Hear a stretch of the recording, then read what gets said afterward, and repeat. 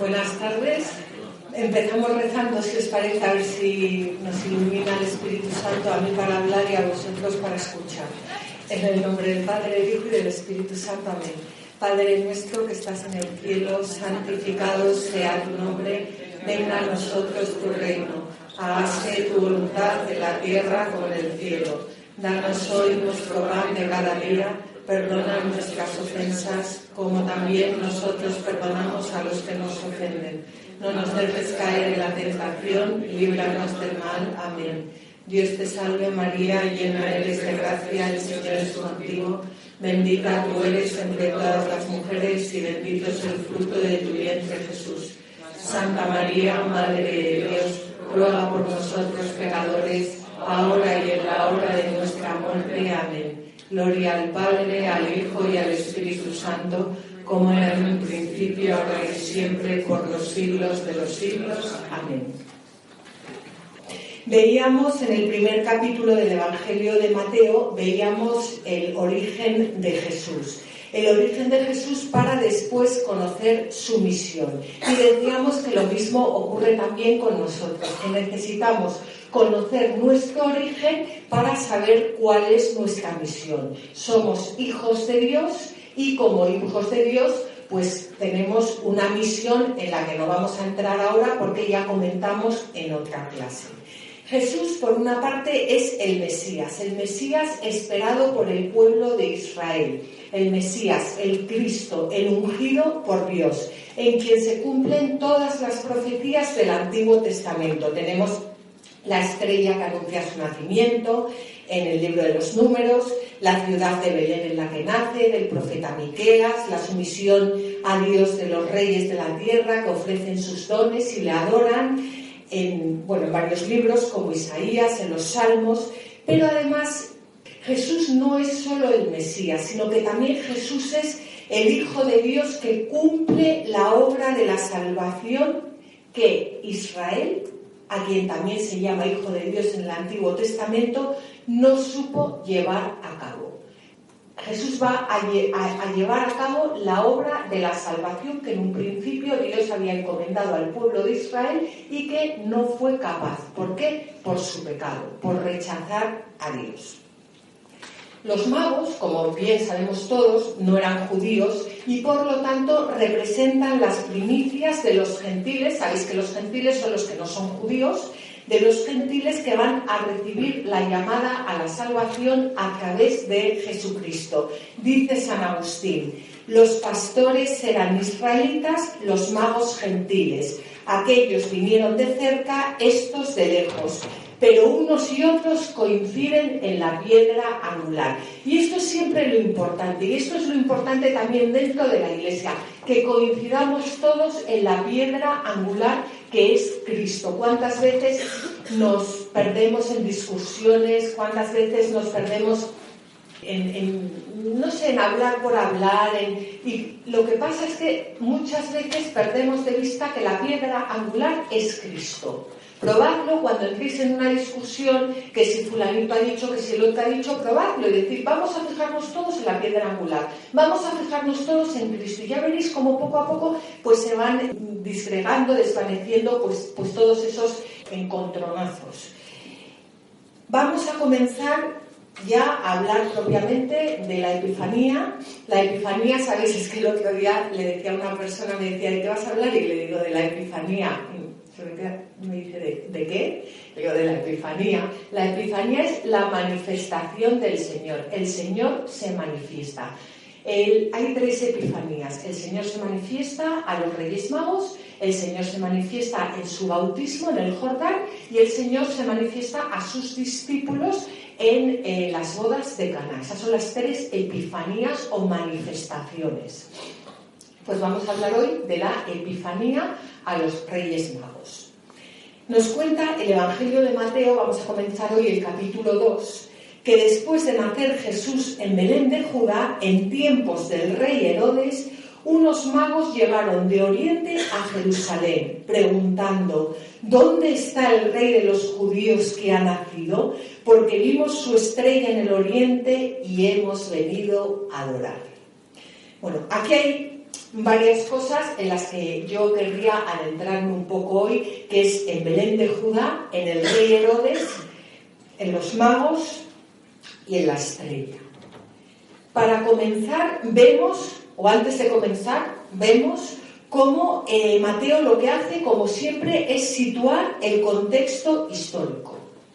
Y esto ya vimos que es siempre muy importante también en nuestras vidas, porque Jesucristo viene al mundo y no hace una historia paralela a la historia de los pueblos. Jesucristo se enraiza en la historia de la humanidad. La historia de la salvación hunde sus raíces en la historia de la humanidad y también en nuestras vidas. Jesucristo no va en paralelo, o sea, no va nuestra vida por aquí y Jesucristo por allí. Nuestra vida por aquí y nuestra vida en Cristo por allí. No son vidas paralelas. Jesucristo se enraiza en nuestras vidas. Y esto es lo importante. Y esto es lo que hace siempre Mateo. Mateo habla de la historia profana para ver cómo Jesucristo entra en esta historia. Belén de Judá. Belén de Judá. Belén de Judá es donde está profetizado a lo largo del Antiguo Testamento que iba a nacer el Mesías. Fijaros, cuando Jacob, sabéis que Jacob es a quien Dios después cambia el nombre por Israel, cuando Jacob bendice a sus hijos, cuando el patriarca Jacob bendice a sus hijos, fijaos lo que le dice a Judá. No se apartará de Judá el cetro, ni el bastón de mando de entre sus rodillas, hasta que venga aquel a quien está reservado y le rindan homenaje los pueblos. Aquel a quien está reservado ese cetro es Jesucristo, a quien le van a rendir homenaje los pueblos, tanto el pueblo de Israel, representado en los pastores, como todos los pueblos paganos, representados en los reyes magos. Pero fijaos que junto a la bendición de Jacob tenemos que recordar también las palabras del profeta pagano Balán. ¿Os acordáis de la burra de Balán? Bueno, es Balán. Balán, fijaros que es una figura histórica de la que hay una confirmación fuera de la Biblia. En el año 1967 se descubre en Transjordania una inscripción en la que aparece Balán, hijo de Beor, como un vidente de las divinidades autóctonas, al que se le atribuyen, tanto anuncios de fortuna como anuncios de calamidad. ¿Qué pasa con Balán? Pues Balán, la Biblia nos lo presenta como un adivino al servicio del rey de Moab.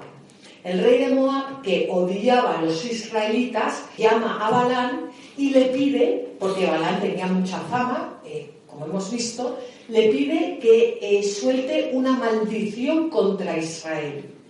Y Balán, al final, le hace caso porque ahí hay un forcejeo. Y cuando va a soltar la maldición contra Israel, el mismísimo Dios se lo impide y hace que en vez de una maldición pronuncie una bendición para Israel, una bendición que es conocida también fuera de Israel y que dice lo siguiente: lo veo, pero no es ahora, lo contemplo, pero no será pronto. Avanza una estrella de Jacob y surge un cetro de Israel. Fijaos, esto está profetizado por el profeta Balán siglos y siglos antes del nacimiento de Cristo. Y Belén de Judá es también el pueblo natal del rey David, y el profeta Miqueas había profetizado que allí nacería el Mesías. Y dice el profeta Miqueas: pero tú, Belén Éfrata, aunque tan pequeña entre los clanes de Judá, de ti me saldrá el que ha de ser dominador en Israel. Sus orígenes son muy antiguos, de días remotos. Fijaos, todo esto Belén de Judá. Pasamos ahora al rey Herodes. El rey Herodes era padre de Herodes Antipas, abuelo de Herodes Agripa I y bisabuelo de Herodes Agripa II. El rey Herodes no era un rey judío, era idumeo. Era el rey de los judíos, pero era un rey idumeo. ¿Cómo consigue reinar? Pues con la ayuda de Roma, y reina en vasallaje al Imperio Romano. El rey Herodes era famoso porque durante su mandato despliega una gran actividad pública, y entre todo lo que hace es el que reconstruye el templo de Jerusalén. Pero también era famoso por su crueldad. Mató a la mayoría de sus mujeres, mató a varios de sus hijos y mató a un buen número de personajes influyentes. Mató a todas aquellas personas que él veía que constituían una amenaza para su reinado. Este era Herodes. Y Rudolf Pesch, que es un teólogo alemán, que creo que ya murió, que lo cita Benedicto XVI en su libro, resalta el significado teológico de la figura de Herodes, que yo lo voy a leer ahora porque, bueno, lo tenéis en el libro de Benedicto XVI, pero creo que es importante.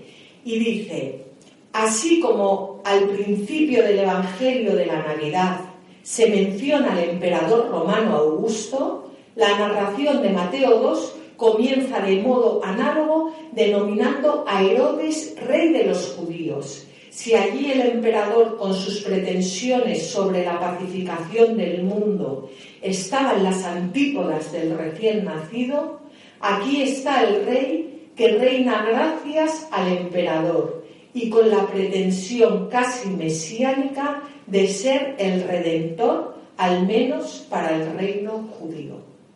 Fijaos, este era Herodes.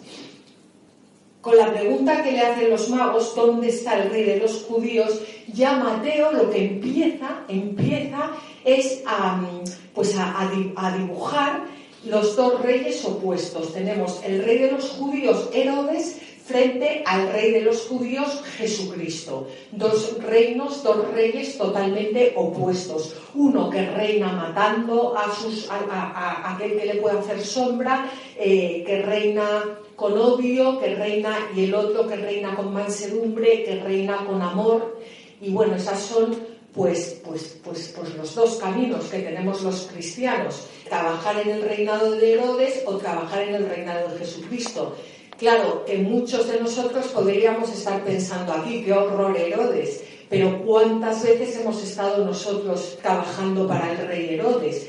Porque el rey Herodes mataba a cuchillo, y nosotros ¿cuántas veces matamos con la lengua, matamos con las calumnias, matamos con la mirada, matamos con tantas cosas? Eso lo voy contando para que cuando entremos ya más en... que nos ayude también a ver cuántas veces nosotros hemos actuado como el rey Herodes. Tenemos también a los magos. El Evangelio nos dice muy pocas cosas sobre la identidad de estos magos. Tradiciones tardías especificaron su origen y número, y la más conocida viene del Evangelio apócrifo armenio, que nos dicen que los magos eran tres reyes que eran hermanos, que eran originarios de Persia y que se llamaban Melchor, Gaspar y Baltasar. Abro aquí un paréntesis porque tanto los evangelios, lo que se denomina evangelios apócrifos como escritos apócrifos, son unos escritos que se dan a lo largo de los primeros siglos, que ahí se han encajado muchísimos escritos, pero son escritos que no están reconocidos por la Iglesia como palabra de Dios, que no han entrado a formar parte del canon. Hay escritos que son maravillosos porque nos narran las costumbres de la época, y están fenomenal, solo que la Iglesia no los ha metido dentro del canon, y hay otros escritos que van contra la fe de la Iglesia. O sea, dentro del término apócrifo es muy difícil porque ahí se han metido todo tipo de escritos. Pero la característica principal de esos escritos es que no tienen la autoridad, aunque sean fantásticos algunos de ellos, no tienen la autoridad de la Iglesia como palabra de Dios. Algunos estudiosos han hablado de los reyes como astrónomos babilonios. Hay un astrónomo vienés, el astrónomo Ferrari Dociepo, que también lo tenéis en el libro de Benedicto XVI, que afirma que en la ciudad de Babilonia, en la época de Jesús, todavía existía, dice él, un pequeño grupo de astrónomos ya en vías de extinción. Hay tablas de terracota con inscripciones en caracteres cuneiformes con cálculos astronómicos que lo demuestran con seguridad. Bueno, pues, ¿qué ven estos astrónomos? Estos astrónomos ven que la conjunción astral de los planetas Júpiter y Saturno en el signo zodiacal de Piscis, que tiene lugar en los años 7-6 a.C., fue calculada por estos astrónomos y por sus antecesores, por estos astrónomos babilonios. Habíamos dicho antes que la profecía del profeta Balaam se conocía también fuera de Israel, que había anunciado una estrella que marcaría el nacimiento de un rey muy importante. También habíamos visto en clases anteriores que Jesucristo nace aproximadamente en el año 7-6 a.C., que es cuando estaba visto que esta estrella iba a surgir. Bueno, pues que habría sido calculada por estos astrónomos babilonios y les habría indicado la tierra de Judá y un recién nacido rey de los judíos. Y es importante que distingamos entre la astronomía y el horóscopo, que son dos cosas distintas. La astronomía es una ciencia que estudia los cuerpos celestes, su composición dinámica y el comportamiento físico. Y en cambio el horóscopo lo que hace es que trata de predecir acontecimientos futuros mediante el movimiento y la posición de los astros. Y son dos cosas completamente distintas. Bueno, pues puede que estos magos fueran astrónomos, pero los hombres de los que habla Mateo no eran únicamente astrónomos, eran hombres sabios, eran personas. ¿Qué es ser un hombre sabio? Pues son personas que simbolizan el dinamismo propio de todas las religiones. ¿Y cuál es el dinamismo propio de todas las religiones? El dinamismo propio de todas las religiones es ir más allá de sí mismas buscando la verdad, buscando al verdadero Dios. Ese es el dinamismo propio de todas las religiones. Y los magos representan el camino de todas las religiones hacia Jesucristo, de todas las religiones que buscan la verdad. Todas las religiones en principio buscan la verdad y representan a aquellos hombres que no paran hasta que no se encuentran con la verdad con mayúscula. Y por eso, en este sentido, podemos decir que son precursores de todos aquellos hombres que buscan la verdad, sobre todo todos aquellos hombres que buscan la verdad fuera del cristianismo. Cuando hablábamos de la Navidad, veíamos cómo la tradición de la Iglesia leía el relato del nacimiento de Jesús a la luz del nacimiento de Jesús en un pesebre, a la luz de Isaías 3, y se apropiaba de la mula y el buey. ¿Os acordáis? Que no viene en ningún evangelio. Bueno, pues ahora lo mismo ocurre con la historia de los magos, y la tradición la lee a la luz del Salmo 72 y de Isaías 60. Y de esa forma los magos de Oriente pasan a ser reyes de Oriente que vienen con camellos y dromedarios a adorar al niño rey. Cuando los reyes llegan al palacio de Jerusalén, porque obviamente, como diría mi hija de 13 años, mamá, obviamente, pues obviamente los reyes van a buscar al rey de los judíos al palacio de Jerusalén, no le van a buscar a una cueva, ni le van a buscar a un pesebre, ni le van a buscar al palacio. Ellos preguntan por el rey de los judíos. ¿Dónde está el rey de los judíos? Y fijaos que esto es una expresión típicamente no judía, es una expresión pagana. Los hebreos nunca hubieran hablado del rey de los judíos, sino del rey de Israel. Y el término pagano rey de los judíos vuelve a aparecer únicamente en boca del pagano Pilato, en el proceso a Jesús y en la inscripción a la cruz. Por lo tanto, aquí vemos que cuando los primeros paganos preguntan por el rey de los judíos, preguntan por Jesús, ya se está vislumbrando de alguna forma el misterio de la cruz que está indisolublemente unido a la realeza de Jesús. Fijaos qué interesante es esto. Y cómo se nos pasa, ¿verdad? Que lo leemos. Bueno, y nos queda la estrella. La estrella. En aquella época se pensaba que el nacimiento de los personajes importantes estaba relacionado con ciertos movimientos de los astros. Y por eso la estrella es, o pudo ser, un primer impulso para que estos magos se pusieran en camino.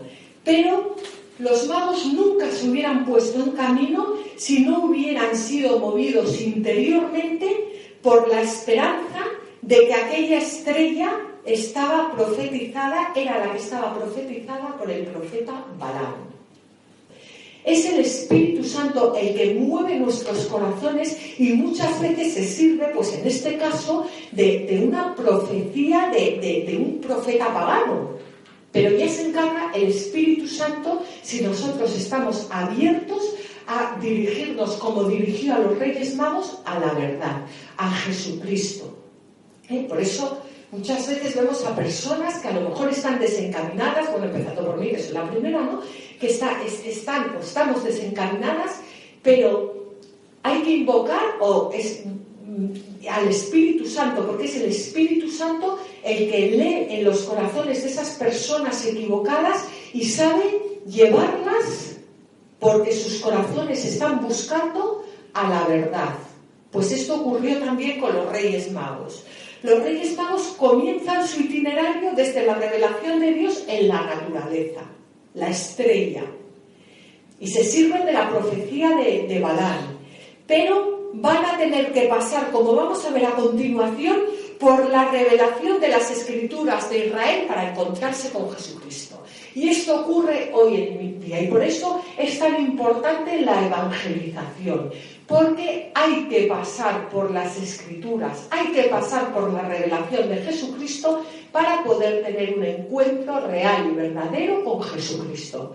El Espíritu Santo se sirve de cualquier cosa, pero el encuentro se produce con la palabra, se produce con el Logos, se produce con Jesucristo. Y de ahí es tan importante que que hagamos lo que nos dijo Jesucristo antes de ascender a los cielos, que es ir al mundo entero, que a lo mejor ya lo hemos visto otras veces, el mundo entero puede ser tu vecina, a proclamar el Evangelio, a evangelizar. Y nos dice San Máximo el Confesor: hay en la ley y los profetas, la ley y los profetas sabéis que es el Antiguo Testamento, la ley y los profetas. Hay en la ley y los profetas una palabra místicamente superior que dirige a las gentes a la suprema luz del conocimiento. Así pues, la palabra de la ley y de los profetas, entendida alegóricamente, conduce como una estrella al pleno conocimiento de Dios a aquellos que fueron llamados por la fuerza de la gracia de acuerdo con el designio divino. Qué importante es el Antiguo Testamento.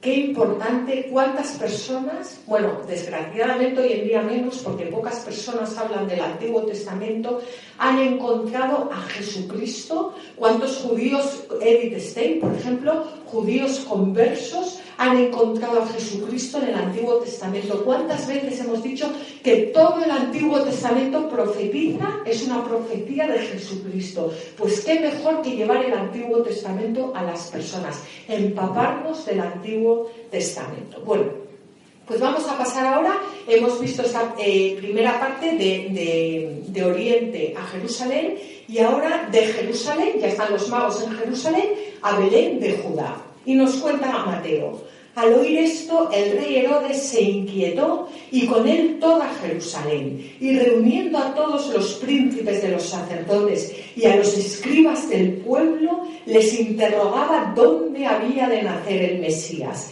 En Belén de Judá, le dijeron, pues así está escrito por medio del profeta. Y tú, Belén, tierra de Judá, ciertamente no eres la mejor entre las principales ciudades de Judá, pues de ti saldrá un jefe que apacentará a mi pueblo Israel.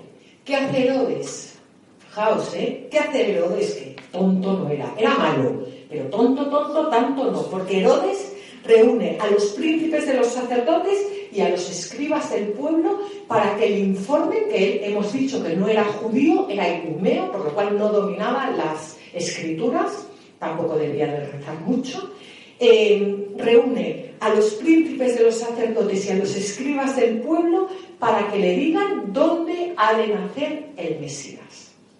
Y ellos le responden que en Belén de Judá, según una sentencia compuesta por palabras del profeta Miqueas y por palabras del segundo libro de Samuel, que dicen: y tú, Belén, tierra de Judá, no eres ni mucho menos la última de las ciudades de Judá, pues de ti saldrá un jefe, Miqueas, que ya lo hemos leído antes, que será el pastor de mi pueblo Israel, segundo libro de Samuel.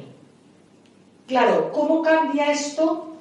Escucharlo a un judío que conocía todo el Antiguo Testamento. Pues con estas palabras que hace Mateo, mostrarnos la paradoja del hablar de Dios, que recorre todo el Antiguo Testamento. ¿Y qué paradoja es esta? Lo grande a los ojos de Dios nace de lo que según los criterios del mundo es pequeño e insignificante. Esto es esperanzador, ¿a que sí? Mientras que lo grande a los ojos del mundo acaba disgregándose y desapareciéndose. Y María compendia esta paradoja del obrar de Dios en el Magnificat cuando afirma: derriba del trono a los poderosos y enaltece a los humildes. Entonces Herodes, llamando en secreto a los magos, se informó cuidadosamente por ellos del tiempo en que había aparecido la estrella, y les envió a Belén diciéndoles: id a informaos bien acerca del niño, y cuando lo encontréis avisadme para que también yo vaya a adorarle.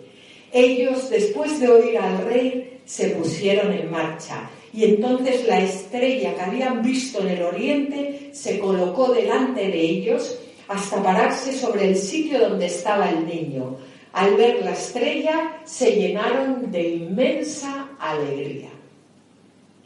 Herodes quiere ir a adorar al niño, que es la forma de adorar en este mundo, es matando.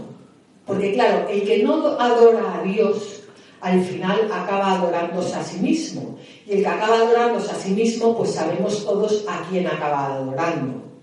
Entonces, la forma de adorar de Herodes, como vamos a ver a continuación y como ya todos sabéis, es matando. Y lo comentábamos antes, que cuántas veces somos nosotros también un Herodes. La verdadera conversión, bueno, esto es una cosa mía, esto no lo dice Benedicto, o sea que quiero decir, pero que yo le he estado dando muchas vueltas. Yo creo que la verdadera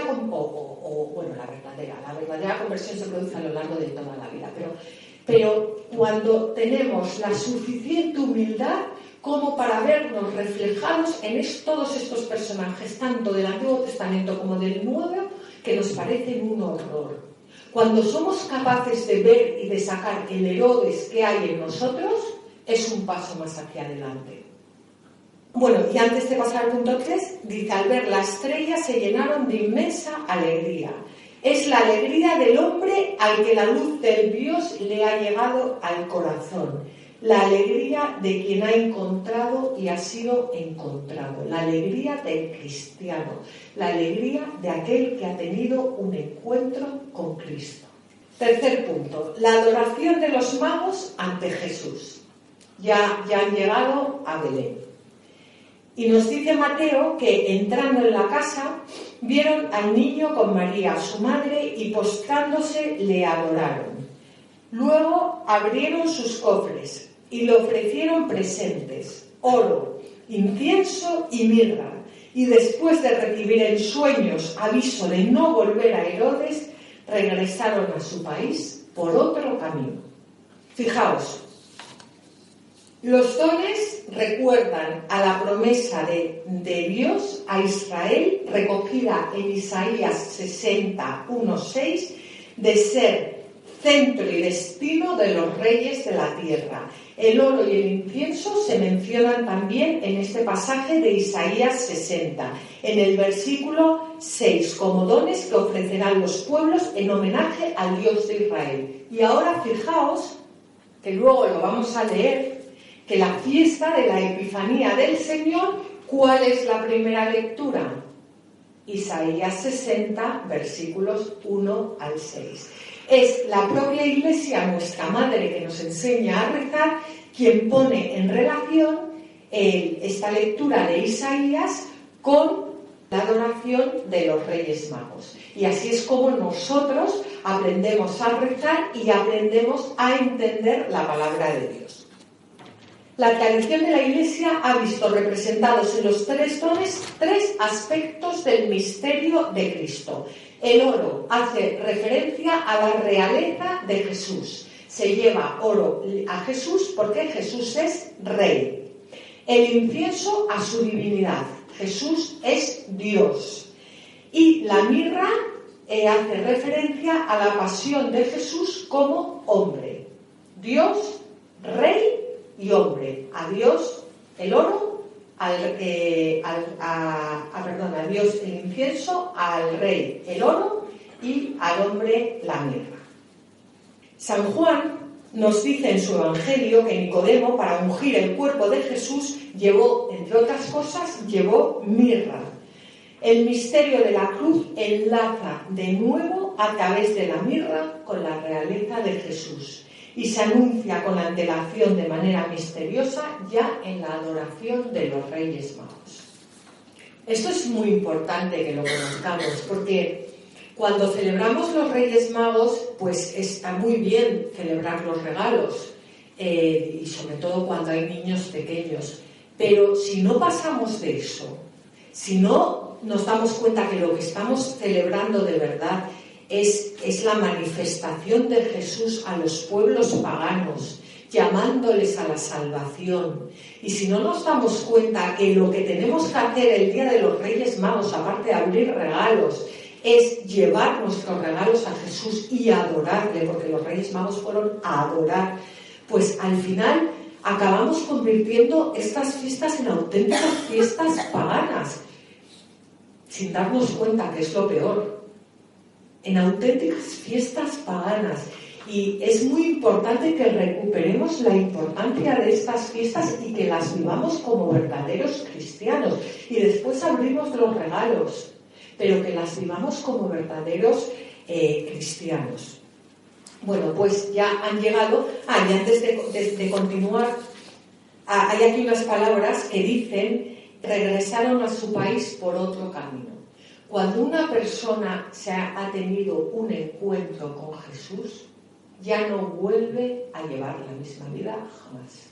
Regresa por otro camino, ya no vuelve por el mismo camino. Y esto también se ve mucho en las conversiones.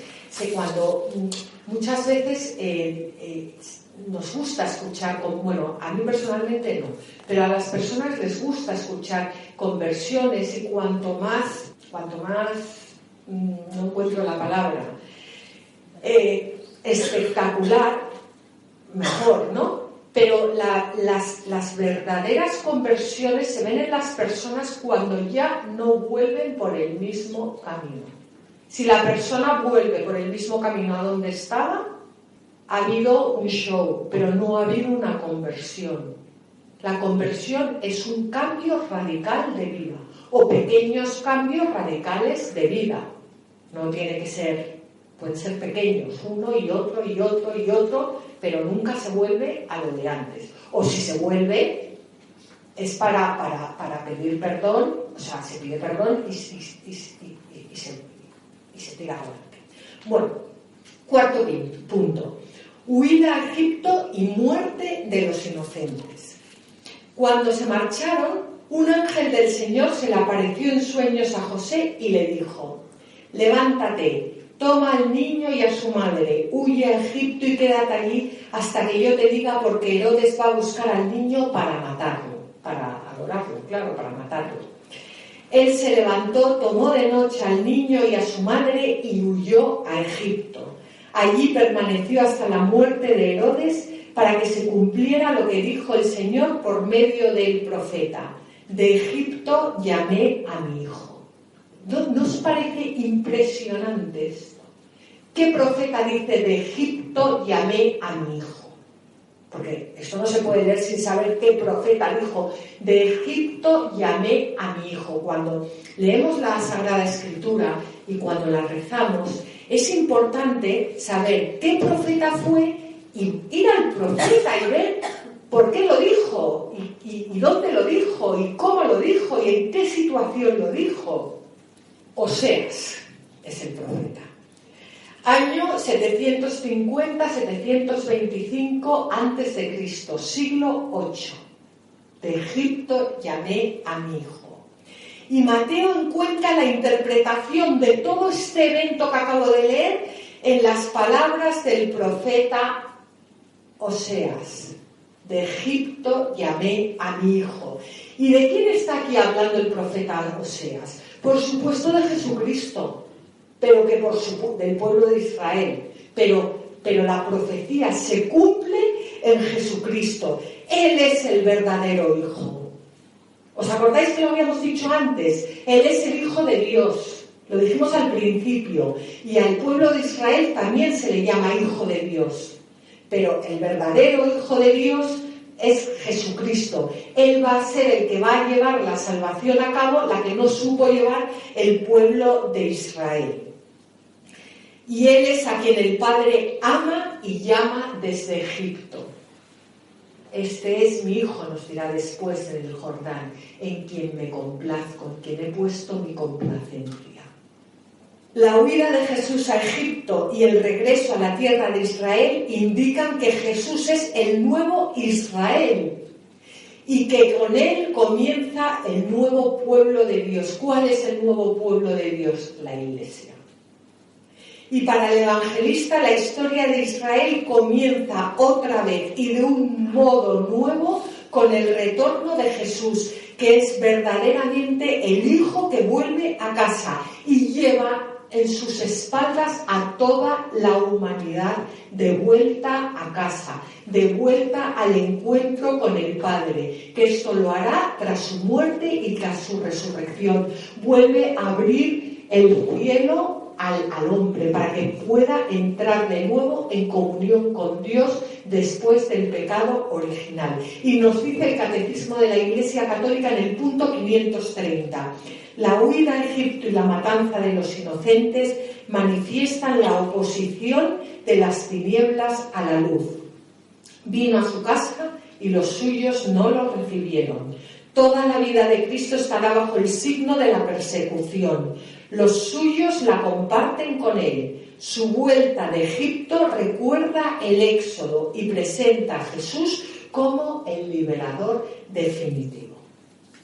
¿Y qué pasa con Herodes? Pues vamos a ver qué nos cuenta Mateo qué pasa con Herodes.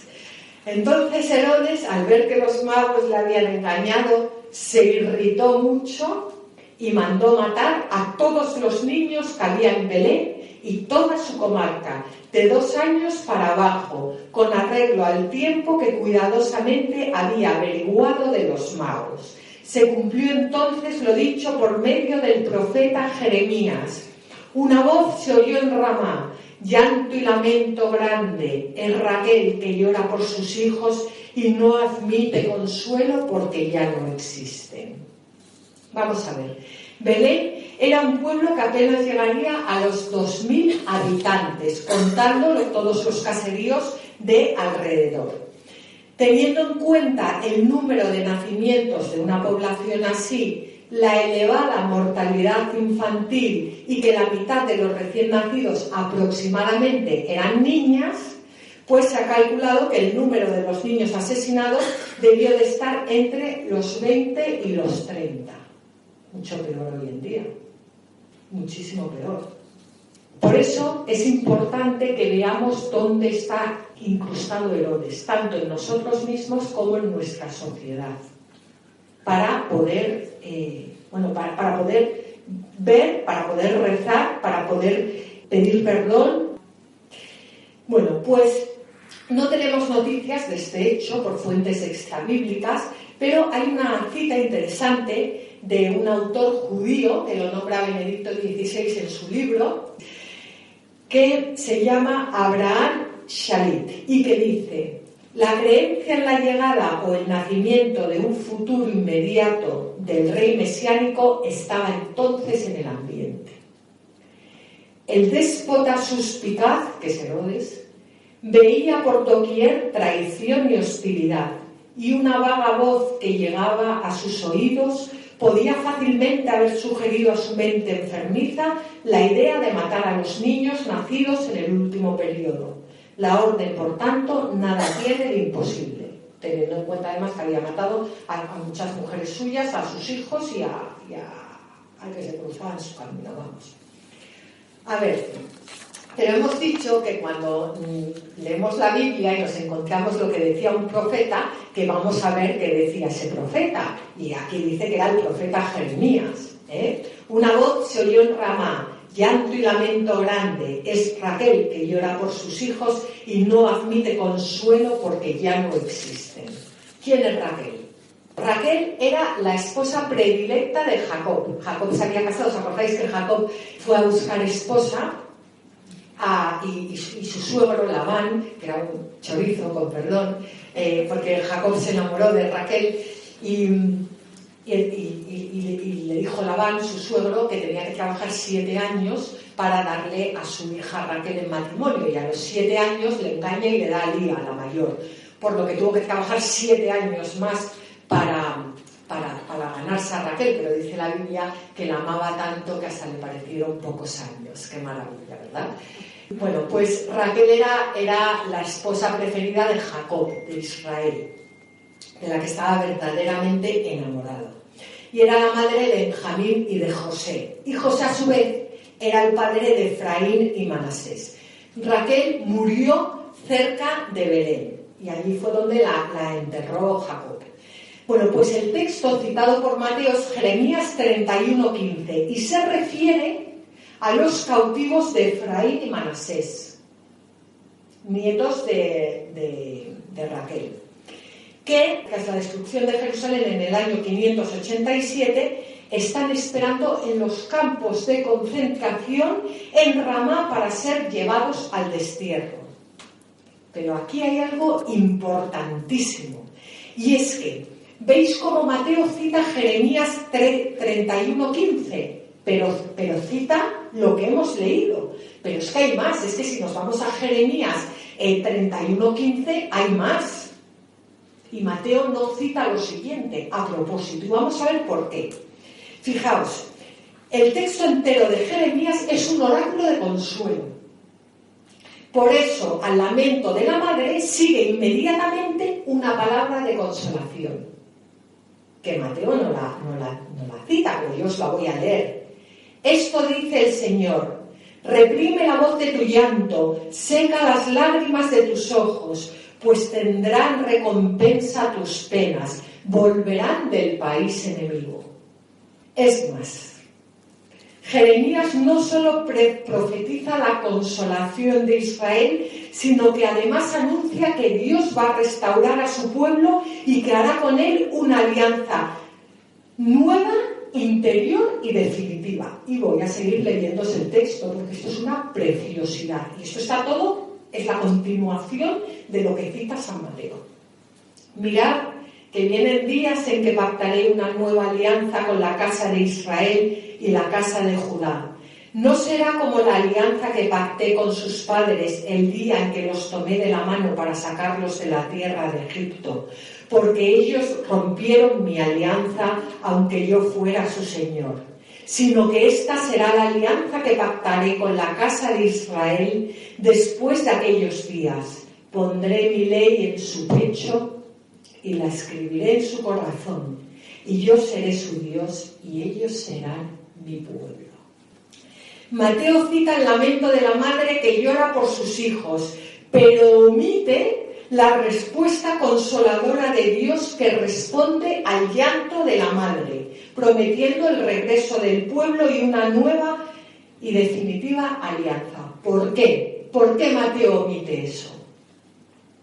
porque el lamento de la madre en Mateo, sin la respuesta consoladora, es como un grito a Dios, una petición de la consolación no recibida y todavía esperada. Un grito al que solo Dios mismo puede responder, porque la única consolación verdadera que va más allá de las meras palabras es la resurrección de Jesucristo. Por eso Mateo omite la palabra de consolación, porque todavía la madre está en espera de esa consolación. Y esa consolación es a ese llanto de la madre que llora, de esos niños que son ya mártires en la sangre de Cristo. La única palabra de consolación, la única consolación posible que hay es la resurrección de nuestro Señor Jesucristo. Y la única consolación posible que hay hoy en día para todos aquellos niños que mueren, tanto en el vientre de su madre como en las guerras, como injustamente, la única palabra de consuelo, porque no hay palabra humana que pueda consolar, es la resurrección de nuestro Señor Jesucristo. El perdón, la salvación de los hijos y de la madre, y de las madres que lloran por esos hijos, y de las familias, y de todos nosotros. Ese es el único consuelo que tenemos los cristianos, la resurrección de nuestro Señor Jesucristo. Y esa es la alegría del cristiano. Por eso el cristiano está siempre alegre, siempre. Porque Jesucristo está vivo, porque Jesucristo ha muerto y ha resucitado. Y dice este es un nombre que a mí me cuesta mucho pronunciar, Quatbuldeus, dice, con respecto a estos niños inocentes, que por supuesto la Iglesia venera como mártires. Los niños, sin saberlo, mueren por Cristo. Los padres hacen duelo por los mártires que mueren. Cristo ha hecho dignos testigos suyos a los que todavía no podían hablar. He aquí de qué manera reina el que ha venido para reinar. He aquí que el liberador concede la libertad y el salvador la salvación. Oh gran don de la gracia, ¿de quién son los merecimientos para que así triunfen los niños? Todavía no hablan y ya confiesan a Cristo. Todavía no pueden entablar batalla valiéndose de sus propios miembros y ya consiguen la palma de la victoria. Y en continuidad con la acción de los inocentes que proclamaron la gloria del Señor, no de palabras sino con la muerte, la Iglesia nos invita, el día en que celebra la fiesta de los santos inocentes, a testimoniar con nuestra vida la fe que confesamos de palabra. Esta es la verdadera fiesta de los santos inocentes. Festejar el martirio de estos niños que han dado su vida por Jesucristo y que son los primeros mártires. Y se me está acabando el tiempo, así que voy a ir un poco rápido porque no quiero... Me queda un punto que lo voy a pasar rápido para después leer las lecturas de la fiesta de la Epifanía. Muerto Herodes, un ángel del Señor se le apareció en sueños a José en Egipto y le dijo: levántate, toma al niño y a su madre y vete a la tierra de Israel, porque han muerto ya los que atentaban contra la vida del niño. Se levantó, tomó al niño y a su madre y vino a la tierra de Israel. Pero al oír que Arquelao reinaba en Judea, en lugar de su padre Herodes, temió ir allá y, avisado en sueños, marchó a la región de Galilea y se fue a vivir a una ciudad llamada Nazaret, para que se cumpliera lo dicho por medio de los profetas: será llamado Nazareno. Bueno, pues no lo sabemos cuánto tiempo permaneció la Sagrada Familia en Egipto. Mateo es el único que nos habla de ello. Herodes murió probablemente en marzo-abril del año 4 a.C. Sabemos que Jesucristo nació en el año 6-7 a.C.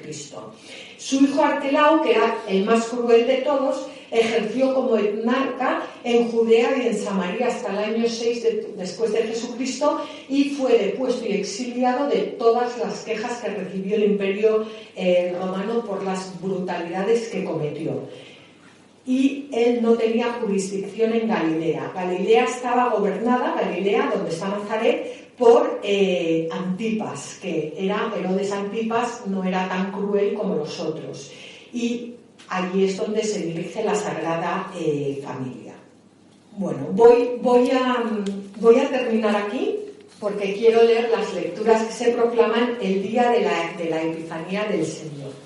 Primera lectura, ya dijimos que era la lectura del libro de Isaías, capítulo 60, versículos 1 al 6. El título de esa lectura dice: la gloria del Señor amanece sobre ti. Y yo ahora la voy a leer y quiero que mientras la estoy leyendo penséis o seáis conscientes de que esta lectura que se proclama el día de la fiesta de la Epifanía, la Iglesia la une con el Evangelio. El Evangelio es todo lo que hemos leído hoy, que lo voy a volver a leer. Pero fijaos qué impresionante. O sea, cómo esto quiere decir que esta lectura se hace realidad el día cuando se proclama y en ese contexto. Y dice: levántate, brilla Jerusalén, que llega tu luz.